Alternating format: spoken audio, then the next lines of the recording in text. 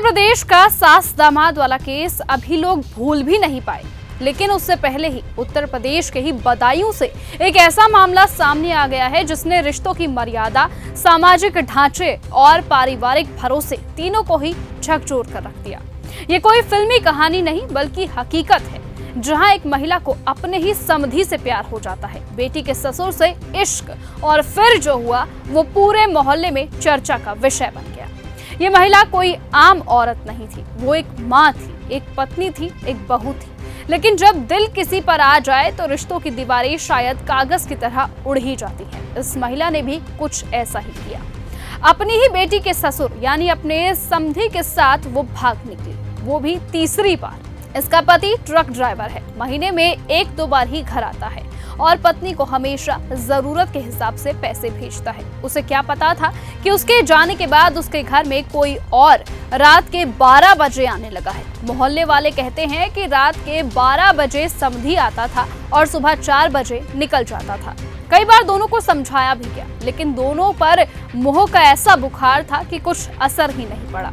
पति सुनील का दिल अब टूट चुका है। वो कहता है कि मैं तो बस गाड़ी चलाता रहा और मेरी बीवी वो तो किसी और की गाड़ी में बैठकर निकल गई। दिल्ली टू काठमांडू गाड़ी चलाती है, मुझे हो गए 2 साल चलाती है। मुझे पता नहीं मेरे घर में क्या होता है क्या नहीं होता है। मेरी मैडम फ़ोन करती है, मैं पैसे डालता रहता था। मैंने कभी ये नहीं पूछा कितने पैसे खर्च हो रहे कितने नहीं है। ट्रक ड्राइवर की इनकम है कम से कम 40,000 रुपये महीने, ठीक है।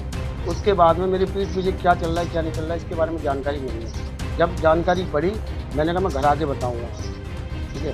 इससे पहले 3 बार मैं हंगामा कर चुका हूँ, 3 बार भाग चुकी है अपने समझी के साथ। इससे पहले भी मैंने फिर भी इसे रख लिया घर में। मैंने अब चलो अगली बार सुधर जाएगी, वो नहीं सुधरी। सुनील ने रोते हुए बताया कि उसकी पत्नी सिर्फ दिल ही नहीं ले गई बल्कि 3 लाख कैश, सारे गहने और मोबाइल फोन तक लेकर फरार हो गई।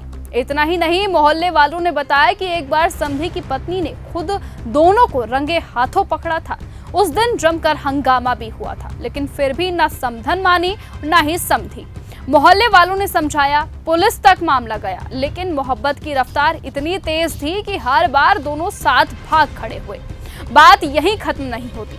महिला का बेटा खुद कह रहा है कि माँ हर तीसरे दिन समधी को घर बुलाकर रखती थी। हमें एक कमरे में बंद कर दिया जाता था और वो समधी के साथ दूसरे कमरे में रहती थी। बच्चा कहता है कि मैंने पापा को कुछ नहीं बताया क्योंकि घर में कलेश होता था। लेकिन अब जब पानी सिर से ऊपर चला गया और अब जब पूरे मोहल्ले में सिर्फ एक सवाल है कि क्या माँ का ये रिश्ता अब सिर्फ इश्क के नाम पर रह गया है? क्या कोई महिला अपने बेटे, पति और समाज की सारी जिम्मेदारियों से इतना बेखबर हो सकती है?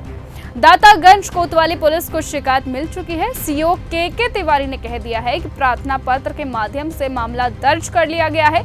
जांच पूरी होने के बाद उचित कार्यवाही की जाएगी। लेकिन सवाल वही है कि जब रिश्ते टूटते हैं तो सबसे ज्यादा आंसू कौन बहाता है? वो जो भाग गया या वो जो पीछे छूट गया? फिलहाल इस खबर पर आप क्या सोचते हैं? कमेंट सेक्शन पर अपनी राय लिखकर जरूर बताएं और ऐसे ही लेटेस्ट अपडेट और खबरों के लिए आप बने रहें और लगातार देखते रहे न्यूज गंगा। नमस्कार। ऐसी ही खबरों को सुनने और देखने के लिए सब्सक्राइब करना बिल्कुल मत भूलिएगा चैनल न्यूज गंगा। खबरें अच्छी लगी तो लाइक का बटन दबाना बिल्कुल मत भूलिएगा। कमेंट बॉक्स में टाइप भी कर सकते हैं और हाँ, शेयर करना भी बिल्कुल मत भूलिएगा।